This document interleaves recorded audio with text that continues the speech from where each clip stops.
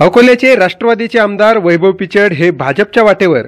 अशा आशयाचं वृत्त सोशल मीडियावर व्हायरल झाल्यानंतर अकोल्यात आमदार वैभव पिचड यांनी पत्रकार परिषद घेऊन या वृत्ताचा इन्कार करत हे वृत्त खोडसाळपणाचं असल्याचं सांगितलंय। आदरणीय पवार साहेबांच्या माध्यमातून सर्वात मोठं जे काही निळवंड्यासारखं धरण, त्याचबरोबर मायनर इरिगेशन टँक जे आहेत, एमआय टँकची निर्मिती जी आहे मोठ्या स्वरूपामध्ये या ठिकाणी झाली। त्याच्या माध्यमातून खऱ्या अर्थाने हा तालुका पाणीदार तालुका म्हणून याला संपूर्ण राज्यामध्ये ओळख व्हायला सुरुवात झाली आणि या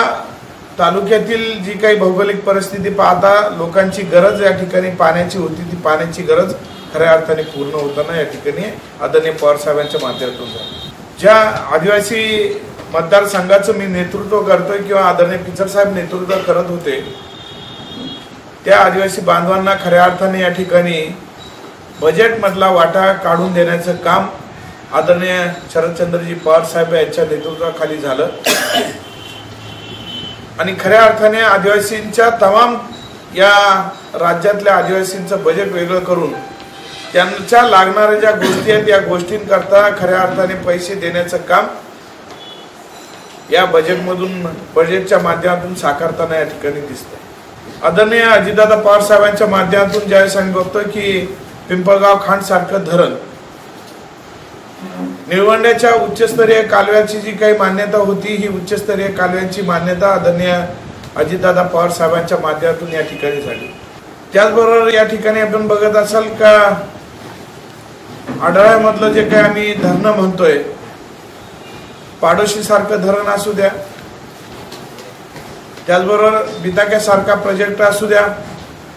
किंबहुना पाच पट्ट्याच्या जो काही आम्ही छत्रपती शिवाजी महाराजांच्या पावनभूमी पदपावन भूमीने स्पर्शाने पावन झालेला आमचा पाच पट्टा असू द्या, या पाच पट्ट्याच्या जो विकास कामांकरता देखील तत्कालीन सरकारकडून आणि आदरणीय अजितदादा पवार साहेब असतील, त्याचबरोबर आदरणीय आबा आर पाटील उर्फ आबा असतील, भुजबळ साहेब असतील, यांच्या माध्यमातून जे काही खऱ्या अर्थाने या तालुक्याच्या विकासाच्या संदर्भामधले जी कामं घडलेली आहेत याचा विसर आम्हाला कुणालाही पडणार नाही। ज्यावेळेस आम्ही या तालुक्याची विचारसरणी ज्यावेळेस आम्ही पाहतोय की सुरुवातीच्या कालखंडापासून डाव्या विचारसरणीचा तालुका म्हणून खऱ्या अर्थाने या ओळखला जातो आणि या विचारशक्तीमध्ये जातीय धर्मांध शक्तींना या तालुक्याने कधीही थारा दिलेला नाही आणि देणारही नाही। सर्व विचाराची माणसं या ठिकाणी एकोप्याने नांदत आलेले आहेत आणि यामध्ये मला खात्री आहे का इथून पुढच्याही कालखंडामध्ये असा कुठलाही वेगळा विचार या तालुका करणार देखील नाही। ज्यावेळेस या तालुक्याच्या संदर्भामध्ये बोलत असताना रस्ते, पाणी, वीज या सर्व गोष्टींतून खऱ्या अर्थाने आदरणीय पवार साहेबांचं, आदरणीय अजितदादा पवार साहेबांचं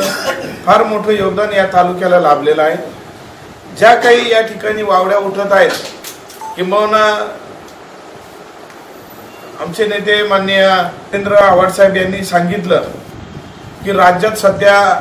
पोरं धरणारी टोळी सक्रिय झालेली आहे। अशा या टोळ्यांनी सध्या स्वतःला नाव चौकीदाराचं दिलेलं आहे, परंतु कृत्य मात्र या ठिकाणी पोरं चोरायचं काम खऱ्या अर्थाने या ठिकाणी चालू आहे। अशा प्रवृत्तींना खऱ्या अर्थाने आम्ही सर्वजण या ठिकाणी व्यक्तिशः मी ज्या पद्धतीने माझं नाव या ठिकाणी आलेलं आहे त्याचं संपूर्णपणे या ठिकाणी खंडन करतो आणि निश्चितपणाने भाजपला या ठिकाणी ज्यावेळेस आम्ही बघतोय की स्वतःचा जनाधार कुठेतरी एखाद्या पक्षाला लागत असतो, तसा या पक्षाचा स्वतःचा जनाधार या ठिकाणी ग्रामीण पातळीवरती राहिलेला नाहीयेत। पर्याय या ठिकाणी कुठल्या ना कुठल्या पद्धतीने वेगवेगळ्या घरांमध्ये फूट टाकून घरातली पोरं चोरायचं काम या पक्षाने चालू केलेलं आहे। किंबहुना सर्वसामान्य शेतकऱ्याच्या बाबतीतल्या ज्या भूमिका आहेत या भूमिका खऱ्या अर्थाने त्या पक्षाने पार पाडायला लागत होत्या, परंतु सत्तेकरता काहीही करायचं अशी जी काही भूमिका या ठिकाणी पार पडते त्या पक्षाचं जनाधार जो आहे तो संपूर्णपणे हा संपलेला आहे. त्याच्या दृष्टिकोनातून काहीतरी आपण पाहत असाल का ग्रामीण भागातील पोरं धरणारी, आपण म्हणतो गाव पातळीवरती म्हणतो का पोरधरे आलेत, तशी ही पोरं चोरणारी टोळी या ठिकाणी राज्यामध्ये सक्रिय होताना दिसते. त्याचा खऱ्या अर्थाने ही जनता निश्चितपणाने लक्ष ठेवून आहे. जनता देखील का ज्या पद्धतीने मी बघतोय की तालुक्यांमध्ये किंवा या राज्यामधल्या ज्या काही गोष्टी घडताना दिसत आहेत आणि घडताना निश्चितपणाने अतिशय चुकीचं, जे जनाधार ज्या माणसांकडे नाही किंवा ज्या लोकांकडे, ज्या पक्षाचा संपूर्णपणे जनाधार चुकलेला आहे, अशा वेळेस ही माणसं वेगळे पावलं उचलून, खऱ्या अर्थाने पावलं उचलून काम करताना दिसत आहेत. हे सगळं चालू असताना निश्चितपणाने मी या पक्षाने जी दिलेली जबाबदारी आहे, ती दिलेली जबाबदारी निश्चितपणाने आजपर्यंत जी दिलेली जबाबदारी होती, ही जबाबदारी निश्चितपणाने यथायोग्य पार पाडत असताना इथून पुढच्याही कालखंडामध्ये राष्ट्रवादी काँग्रेस पक्षाचं खंबीर